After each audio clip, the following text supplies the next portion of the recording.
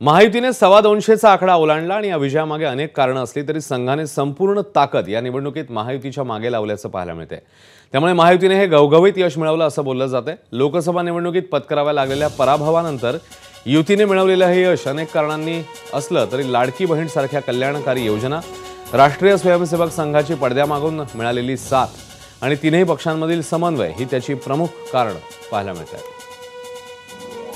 कि कितनी अहम भूमिका रही इस देखिए, मैं ऐसा कहूँगा कि राष्ट्रीय विचारों की जितनी संगठनाएं हैं,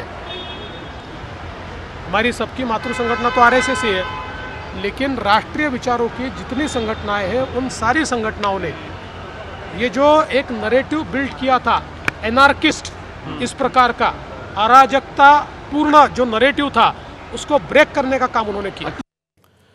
आपले प्रतिनिधी तुषार कोहळे आता आपल्यासोबत आहेत। तुषार, संघाचा कशा प्रकारे या निवडणुकीमध्ये भाजपला फायदा झालेला आहे, ताकद कशी वापरली गेली संघाची, कशा प्रकारे ही समीकरणं होती सगळी? तुषार,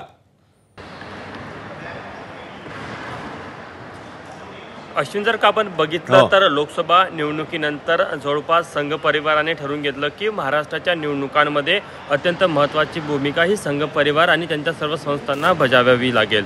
यासाठी सहकार्यवाहक अतुल लिमे होते यांनी महाराष्ट्रामध्ये जवळपास 7 ते 8 विभागनीय वेगवेगळ्या बैठका घेतल्या आणि संघ परिवारातील ज्या 36 संघटना आहेत त्या सर्व संघटनांच्या प्रतिनिधींसोबत कोऑर्डिनेट करून त्यांनी तेव्हाच लक्ष्य निर्धारित केलं होतं की आपल्याला मतांचा टक्का हा 60% वर न्यायचा आहे। यासोबतच युती सरकारच्या ज्या वेगवेगळ्या योजना होत्या त्या लोकांपर्यंत कशा प्रकारे पोहोचवलेल्या आहे आणि महत्त्वाची गोष्ट की यामध्ये निवडणुकीसाठी जे जातीय समीकरण आखलं जातं प्रत्येक राजकीय पक्षाकडनं आणि महायुतीकडनं देखील ते आखलं गेलं। म्हटलं हे आखत असताना हिंदुत्वाचा मुद्दा हा बाजूला सारणार नाही याची पूर्ण खबरदारी संघ परिवाराने घेतलेली होती। म्हणजे अनेक मतदारसंघामध्ये जातीय समीकरणाच्या आधारावर जेव्हा उमेदवार दिले गेले तेव्हा हिंदुत्वाची देखील त्याला किनार दिली गेली होती आणि संघ परिवाराच्या विश्व हिंदू परिषद असेल, बजरंग दल असेल, मातृ सेवा संघ असेल किंवा इतर ज्या सर्व संघटना होत्या या फील्डवर काम करत होत्या। म्हणजे मतदारांपर्यंत पोहोचणं, विशेष करून वेगवेगळ्या सरकारी योजनेतले जे वैयक्तिक लाभाचे लाभार्थी होते त्या सर्व लाभार्थ्यांपर्यंत पोहोचणं, त्यांना सगळं म्हणणं समजून सांगणं आणि या